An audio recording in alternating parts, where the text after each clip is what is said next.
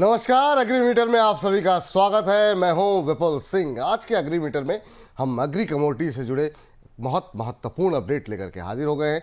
आज के अपडेट में हम तिलहन मार्केट पे खास तौर से चर्चा करेंगे। इस अपडेट में हमारा साथ देने के लिए जुड़ रहे हैं केडिया एडवाइजरी के डायरेक्टर अजय केडिया जी। अजय जी, बहुत बहुत स्वागत, बहुत बहुत नमस्कार सर आपको। बहुत बहुत धन्यवाद विशाल जी। सर, कई सारी आज एग्री कमोडिटीज़ हैं, इस पर आपसे बातचीत करनी है। सर, सबसे पहले बात करेंगे सोयाबीन को लेकर के। सोयाबीन की कीमतों में गिरावट लगातार हम देख रहे हैं। क्या ये गिरावट अभी आप आगे कंटिन्यू होते हुए देख रहे हैं, या फिर ऐसा लग रहा है कि थोड़ी बहुत रिकवरी आगे चल करके आएगी? विपुल जी, सबसे पहले अगर हम सोयाबीन की बात करें तो सोयाबीन का मैं चार्ट देख पा रहा हूँ यहाँ पे। एक्सचेंज पे ट्रेडेड नहीं है, इसलिए बहुत चीजें नहीं देख पाते, बट फिजिकली भी अगर हम देखें तो मैंने देखा कि रिसेंटली प्राइजेस करीबन 5 मार्च के करीब 4200 के करीब पहुंच चुका था। यहाँ से एक अच्छी खासी रिकवरी आई, जो प्राइजेस करीबन 4693 तक का लेवल हमने आते हुए देखा। या इंदौर की भी बात करें तो प्राइजेस में थोड़ी बहुत इंप्रूवमेंट आई है, बट अपसाइड ज्यादा मुझे एक्स्ट्राऑर्डिनरी तेजी नहीं लगता है, बिकॉज ऑलरेडी हम देख रहे हैं कि सप्लाई साइड पूरे एडिबल ऑयल पैक की अगर बात करें, जहाँ पे मस्टर्ड है उसका भी क्रॉप अच्छा है। ग्लोबल मार्केट में भी हम देख रहे हैं कि पोजीशंस, अगर हम यूएसडी की जो रिसेंट रिपोर्ट आई थी उसमें भी बताया जा रहा है कि कहीं ना कहीं जो सप्लाई है इस बार अच्छी रहेगी। तो एक तरफ हम देख रहे हैं ग्लोबल मार्केट में सप्लाई अच्छी है, डोमेस्टिक मार्केट में सप्लाई अच्छी है, और नो डाउट कंजम्पशन को लेकर कुछ कंसर्न्स है। जैसे सोया मील की अगर हम बात करें तो एक्सपोर्ट्स में कोई ज्यादा उछाल नहीं है इस बार। आवक भी ठीक ठाक ही रही है, जो रिसेंटली हमने सोपा का देखा 7 लाख टन के आसपास बता रहे हैं। लेकिन अभी भी सबसे बड़ी जो चिंता है वो प्राइजेस एमएसपी के नीचे ट्रेड कर रही है। तो उम्मीद है भावांतर आ जाए या गवर्नमेंट ड्यूटीज पे कुछ करे, बट ऐसा कुछ हो नहीं पा रहा है। बट फिर भी हम देख रहे हैं कि जो मैंने लास्ट टाइम भी बताया था कि 4100 4200 ये सस्टेनेबल प्राइस नहीं है। तो बार बार तेजी तो आती है बट सस्टेन नहीं कर पाती, क्योंकि सबसे बड़ा जो कंसर्न है मील को लेकर वो है डीजीजीएस का, जहाँ पे हम देख रहे हैं कि फार्मर का जो डिमांड है वो बहुत शिफ्ट हुई है। तो टाइमिंग बिल्कुल तेजी आई है, लेकिन ये सस्टेन नहीं कर पा रही है, जो मुझे लगता है कि प्राइजेस को 4400 से लेकर 4700 का एक ब्रॉडर रेंज में ही मार्केट को मूव करता हुआ दिखेगा। ठीक है सर, अभी तो क्या फिर मतलब लंबा समय लगेगा अभी ये रेंज बाउंड में रहने में, या फिर अभी किस तरीके से यहाँ पर अगर ट्रेड करना हो तो कैसे करें सर? देखिए, मुझे लगता है जब तक क्लैरिटी सोया मिल की नहीं आती है ना, हम्म। तब तक सोयाबीन पे भी दबाव है या कंसर्न्स है।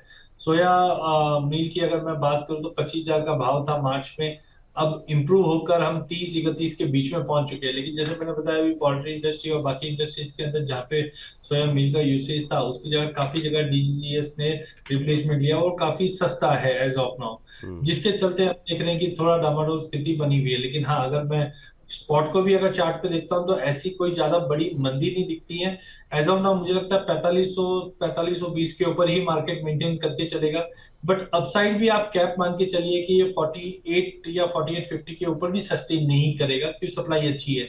तो कुल मिला के अब जो रैली आई है वो थोड़ी सस्टेनेबल रहेगी। हाँ, इस बार चिंता ये बनी हुई है कि मानसून तो नॉर्मलाइज रहेगा, लेकिन हो सकता है कि निचले स्तर को देखते हुए फार्मर दूसरे कोई क्रॉप पे शिफ्ट हो जाए।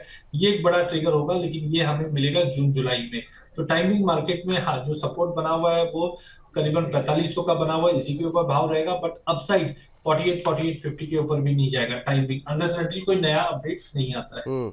अभी जो लेटेस्ट अपडेट है सर, उसमें सोपा कह रहा है कि इंपोर्ट में भी काफ़ी तेज़ी के साथ कमी देखने को मिल सकती है, क्योंकि डिमांड में हम काफ़ी कमी देख रहे हैं।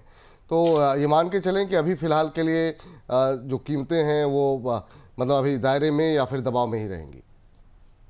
तो मैं वही बोल रहा हूँ कि जो नो सप्लाई साइड देखेंगे तो ठीक ठाक ही थे। हाँ, थोड़ा बहुत इंटरनेशनल मार्केट में, हाँ एक चीज और ध्यान रखिए, जिन से यूएस और चाइना के बीच में ट्रेड्स को लेके चिंताएं बनी हुई है, तो इंडिया एक ऐसा कंट्री बन जाएगा जहां पे चाइना कोशिश करेगा कि काफी माल जो चाइना बाहर भेज रहा था, यूएस भेज रहा था, वो इंडिया पे डंप करने की कोशिश करे। उसकी वजह से भी वॉलिटिलिटी रहेगा, बट कुल मिलाकर मुझे लगता है कि ग्लोबल सोयाबीन के जो एक्सपोर्ट यूएसडी ने बताया वहां पे थोड़ी बहुत इंप्रूवमेंट दिखे थे, बट वो टैरिफ से पहले के थे। तो आई थिंक मार्केट एक दायरे में ही रहेंगे, जो 4520 का सपोर्ट रहेगा, 48-4820 का रेजिस्टेंस रहेगा, इसी दायरे में मार्केट टाइमिंग ट्रेड करनी चाहिए। जी। अगला सवाल सर जो है वो, अगली कमोडिटी जो है वो है पाम ऑयल। पाम ऑयल का भाव बढ़ा हुआ है और इसका प्रोडक्शन भी कम होने का अनुमान जताया जा रहा है। क्या इससे आगे चल करके आपको लग रहा है कि कुछ कीमतें बढ़ सकती हैं सोयाबीन में?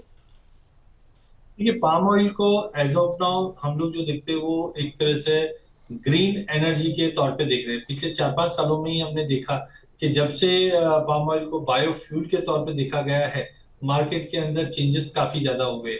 इंडोनेशिया पाम ऑयल हम पिछले 2-3 दिनों में हमने देखा कि एक स्ट्रेंथ बना रहा है, खास करके यूरोप, अफ्रीका, मिडिल ईस्ट की जो डिमांड है वहां पे बढ़ती हुई दिखाई दे रही। इसका मेजर इम्पैक्ट जो पड़ा है वो डोनाल्ड ट्रंप के ट्रेड वॉर की वजह से पड़ा है, और इसी के लिए जो टैरिफ जो यूएस में बढ़े हैं, इसकी वजह से अदर जो कंट्रीज है उसमें डिमांड बढ़ती हुई दिखाई देगी। टेक्निकल चार्ट्स पे भी अगर मैं देखता हूँ पाम ऑयल को, तो रिसेंटली एक अच्छा खासा मूव हमने आते हुए देखा। इस वक्त भी अगर हम देखें तो 4167 के करीब ट्रेड कर रहा है, और मल्टीपल ऑफ टाइम हमने बीएमडी पाम ऑयल की बात करें तो इससे पहले भी जनवरी में हमने देखा था ये 41-4120 तक का लेवल छूता है और वहां से रिकवर कर जाता है। तो ऐसा मुझे नहीं लगता कुछ बड़ा फॉल है प्रोडक्शन साइड, और खास करके अभी जो लीन पीरियड होता है यहाँ पे हम देखते हैं कि जो यील्ड होता है उसके अंदर ड्रॉप रहता है, एंड इसके चलते प्राइजेस को सपोर्ट भी मिलना चाहिए। डोमेस्टिक मार्केट में भी हम देखते हैं कंजम्पशन या इंपोर्ट थोड़े बढ़ जाते हैं, तो पाम ऑयल में मुझे लगता है साइकोलॉजिकली 4080 का स्ट्रॉन्ग सपोर्ट है। जब तक 4050 4080 का लेवल ब्रीच नहीं करता है, बड़ी तेजी तो नहीं, बट हाँ 4280 से 4350 तक का लेवल मिल सकता है। डाउन साइड रेस्ट्रिक्टेड रहेगा यहाँ से। ठीक सर। सर अभी अगर हम देखें तो जो है पाम ऑयल का भाव जो कि ज़्यादा है और उत्पादन कम है, ऊपर से हम देख रहे हैं कि अमेरिका से कारोबार बढ़ाने का भी प्रेशर लगातार देखने को मिल रहा है। क्या इन फ्यूचर आपको लग रहा है कि सोयाबीन ऑयल जो है वो पाम ऑयल की जगह ले सकता है क्या, या लेता हुआ दिखाई दे रहा है आपको इन फ्यूचर? देखिए पाम ऑयल जैसे मैंने बताया ऑलमोस्ट हर चीज में यूज होता था, लेकिन पिछले 5 साल से हमने देखा ज्यादा करके यूज बायोफ्यूल के तौर पे ब्लेंडिंग के अंदर यूज होने लग गया है, जिसके चलते ये बड़ी तेजी हमने पाम ऑयल के प्राइस में आते हुए देखी। इनफैक्ट अगर मैं चार्ट पे अभी देख भी पा रहा हूँ कि अगर प्राइजेस की अगर मैं बात करूँ नवंबर 2024 के अंदर ये 5100 के करीब भी पहुंच चुका था। तो I think no doubt soya oil को उसका एक बेनिफिट मिलेगा। या इंडिया की बात करें तो पिछले साल इंडिया ने पाम ऑयल को छोड़कर सनफ्लावर ऑयल का काफी इंपोर्ट भी किया था। तो मैं उसी के लिए बोल रहा हूँ जैसे जैसे पाम ऑयल तेज होगा, कहीं ना कहीं सोया तेल को भी उसका सपोर्ट मिलता हुआ दिखाई देगा। इनफैक्ट ब्लेंडिंग में क्या होता है, जो भी ऑयल सस्ता होता है उसकी डिमांड बढ़ जाती है। जैसे सन ऑयल में हमने देखा तो पैरिटी मैच करने लग गई। तो डेफिनेटली अगर पाम ऑयल महंगा होता है, उसका एक कैस्केडिंग इफेक्ट हम सोया ऑयल पे भी पड़ते हुए देखेंगे। बट डोंट एक्सपेक्ट कि बहुत ही ज्यादा एक्स्ट्राऑर्डिनरी हम तेजी देख पाए, बट कुल मिलाकर मुझे लगता है कि थोड़ा बहुत फर्क रिफाइंड सोया ऑयल पे भी पड़ता हुआ दिखाई देगा। ठीक। अब सर अगला सवाल उठता है कि सोयाबीन, सरसों, मूंगफली, इन सब में अगर ट्रेड करना हो तो सबसे बेहतर ट्रेड आपको कहाँ पर दिखाई दे रहा है इन तमाम जो ऑयल्स हैं उसमें? देखिए सबसे पहले अगर मैं मस्टर्ड की बात करूं कि रिसेंटली हमने देखा क्रॉप साइज भी अच्छी खासी थी, और डिमांड भी ठीक ठाक ही मार्केट में चल रही है। तो मुझे लगता है कि मस्टर्ड पे आपको सबसे पहले इनफैक्ट एक न्यूज आपने ही ब्रेक की थी जहाँ पे मस्टर्ड केक का जो एक्सपोर्ट है वो चाइना काफी ले रहा है। उसके बाद हमने आरएम जो मस्टर्ड की बात करें, खली की बात करें, वहां पे डिमांड भी बढ़ी। इस वक्त 2200 का भाव है, तो वो सब इंप्रूवमेंट कर रही। बट इसका जो मेन है वो है सरसों। तो सरसों में मुझे लगता है प्राइजेस ने रिसेंटली हमने 6500 का भाव भी देखा था, उसके बाद थोड़ी बहुत गिरावट जरूर आई थी। बट आई थिंक मस्टर्ड अगर 6250 के करीब मिले लेना चाहिए, 6000 का स्टॉप लॉस मेंटेन करना चाहिए। चार्टिकली भी मुझे लगता है कि प्राइजेस वापस 6600 तक का लेवल दिखा सकता है, तो पहला प्रेफरेंस मेरा मस्टर्ड रहेगा।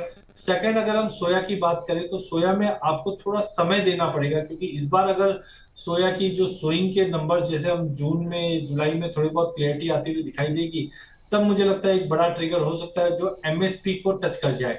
एज ऑफ नाउ फिर भी हम देखें तो 4400 4450 एक अच्छा लेवल है लेने के लिए।